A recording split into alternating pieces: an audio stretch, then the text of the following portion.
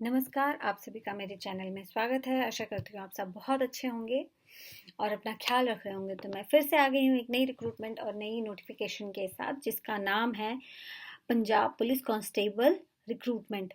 जी हाँ, मैं इस रिक्रूटमेंट के बारे में आपको पहले ही नोटिफिकेशन आई थी, जब इसके बारे में बता चुकी थी। इसके फॉर्म फिलअप जब स्टार्ट होंगे इस बारे में आपको बताऊंगी। ये चीज़ मैं बता चुकी हूँ ऑलरेडी। तो मैंने पिछली से पिछली वीडियोस में ये आपको बताया है। तो देखिए, आज ही इसके फॉर्म फिलअप स्टार्ट हो गए हैं और आज ही मैं आपके सामने फिर से वापस से एक नई नोटिफिकेशन, एक नई वीडियो बना रही हूँ।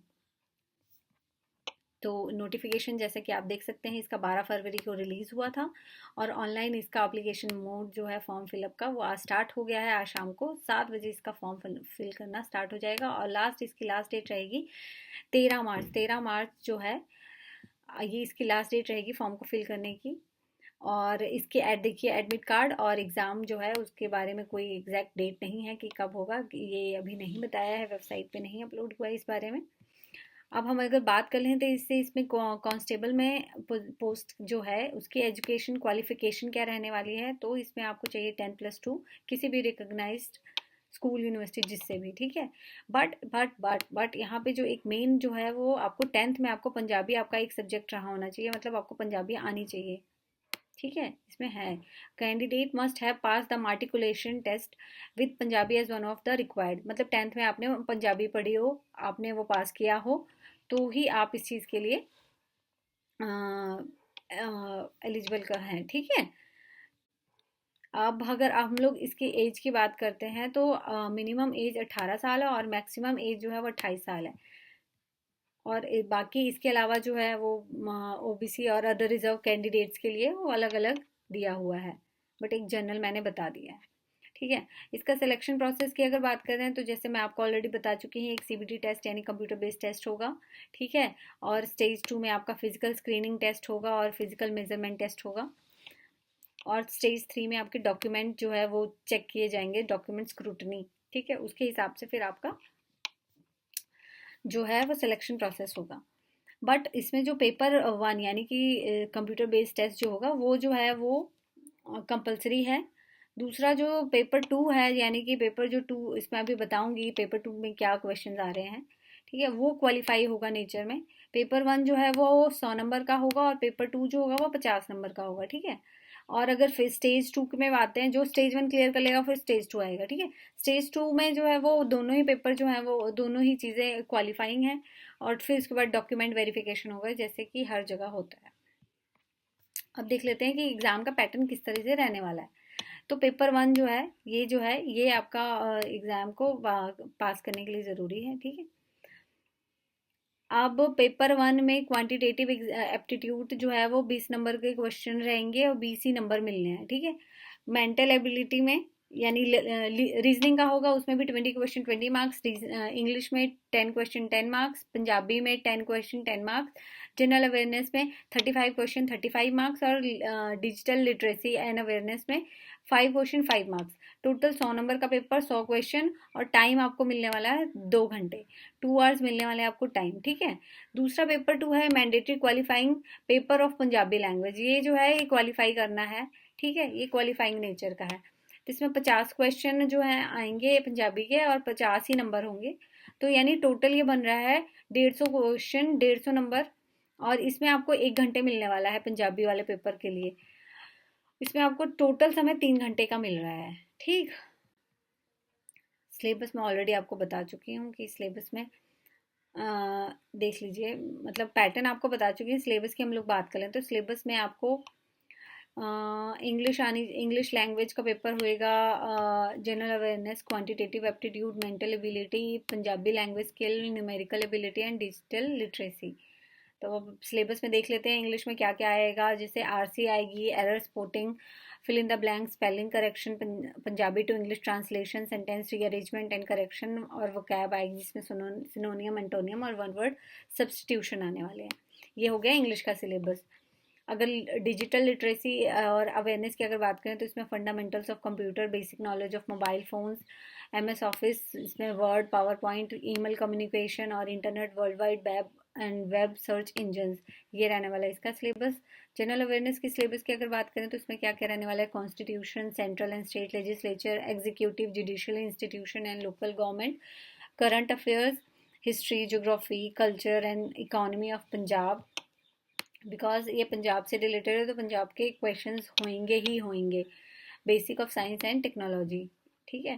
पंजाबी लैंग्वेज स्किल में अगर देखें तो comprehension, sentence construction and translation, English to Punjabi translation, vocab and idiom and proverbs, ठीक है। Mental ability and logical reasoning की अगर बात करें तो उसमें है number and letter series, order and ranking, sequencing, relationship problem, statement and conclusion, pattern completion और डायरेक्शन एंड डिस्टेंसेस। तो ये बेसिक्स, ये जो कुछ कुछ आपको इसमें सिमिलरिटी मिलेगी जो बाकी एग्जाम्स में होता है उस तरीके से। मैथ हो गया, रीजनिंग हो गया, इंग्लिश हो गई, या आप कोई भी एग्जाम की तैयारी कर रहे हो तो ये इसमें भी काम आएगा, ठीक है। तो इसके लिए आपको बहुत ज़्यादा तैयारी करने की जरूरत नहीं है, जो आप और एग्जाम्स देते आ रहे हो उसमें भी आप इसके देख सकते हो। क्वांटिटेटिव एप्टीट्यूड और न्यूमेरिकल स्किल्स की अगर बात करें तो उसमें सेम, जैसे मैं ऑलरेडी बता चुकी हूँ, ये इस तरीके आपने सिलेबस आपने बहुत सारे एग्जाम्स में देखा होगा, जिसमें simplification, percentage, average, decimal and fractions, ratio, proportion, bar graph and line graph, profit and loss, simple interest, time and work. अब वो जो पेपर क्वालिफाई हो जाएगा तो उसके बाद जो है फिजिकल स्टैंडर्ड पे अगर बात करते हैं तो मिनिमम हाइट कितनी होनी चाहिए मेल की और मिनिमम हाइट कितनी होनी चाहिए फीमेल की। मेल की 5 फीट 7 इंचेस यानी कि 170 सेंटीमीटर्स, फीमेल की 5 फीट 2 इंचेस यानी कि 157 सेंटीमीटर्स। तो जब हम लोग अगर स्क्रीनिंग टेस्ट की बात करें तो मेल्स के लिए अलग रहने वाली है, फीमेल के लिए अलग और एक्स सर्विस मैन के लिए अलग रहने वाला है। तो जैसे रेस की बात करें, इसमें 3-4 क्राइटेरिया होगा, रेस होगा, लॉन्ग जंप होगा, हाई जंप होगा, फुल स्क्वाट्स होगा। तो ये डिफरेंट डिफरेंट रहने वाला है। रिक्वायरमेंट कितना रहेगा, ये साथ में आपको नंबर ऑफ चांसेस कितने मिलने वाले हैं, ये आप क्राइटेरिया आप पूरा देख सकते हैं। ये देखिए इसमें स्क्रीन पे है, आप इसको डिटेल्स आप चेक कर सकते हैं। बाकी मैं आपको एक ओवरव्यू दे सकती हूँ कि 1600 मीटर्स बताया है इसको कवर करने के लिए, 6 मीटर 30 सेकेंड्स में, और इसमें आपको नंबर ऑफ चांस 1 मिलने वाला है। और ये डिफरेंट रहने वाला है। एक्स सर्विस मैन जो रहेंगे 35 साल से ऊपर के, उनके लिए डिफरेंट क्राइटेरिया है। तो ये उस तरीके से रहने वाला है।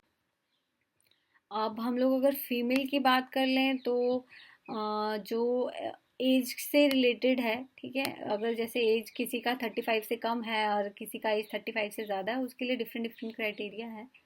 और जैसे कि इसमें रेस, लॉन्ग जंप और हाई जंप 3 चीज़ें रहने वाली हैं आपके लिए। इसमें 800 मीटर जो है आपको कवर करना है 4 मिनट 30 सेकेंड्स में, और एक चांस मिलने वाला है जिसकी एज जो है 35 से कम है। और जिसकी एज 35 से ज़्यादा है उसको 8 मीटर करना है 6 मिनट में, 800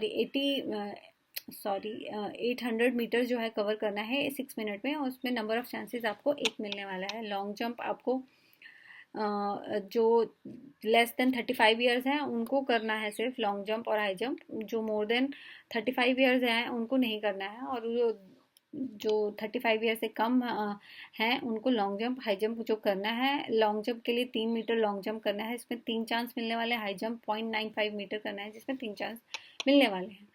अब हम लोग अगर एक्स सर्विस मैन की बात करें तो इसमें मेल और फीमेल के लिए डिफरेंट डिफरेंट है। कि मेल के लिए जो है वो रेस में 1 चांस मिलने वाला है जिसमें 1400 मीटर करना है 12 मिनट में कवर। स्क्वाट जो है वो 10 फुल स्क्वाट्स करने हैं 3 मिनट के अंदर। और फीमेल के लिए एक रेस होगी, 1 चांस मिलेगा जिसमें 800 मीटर कवर करना है 6 मिनट में, ठीक है।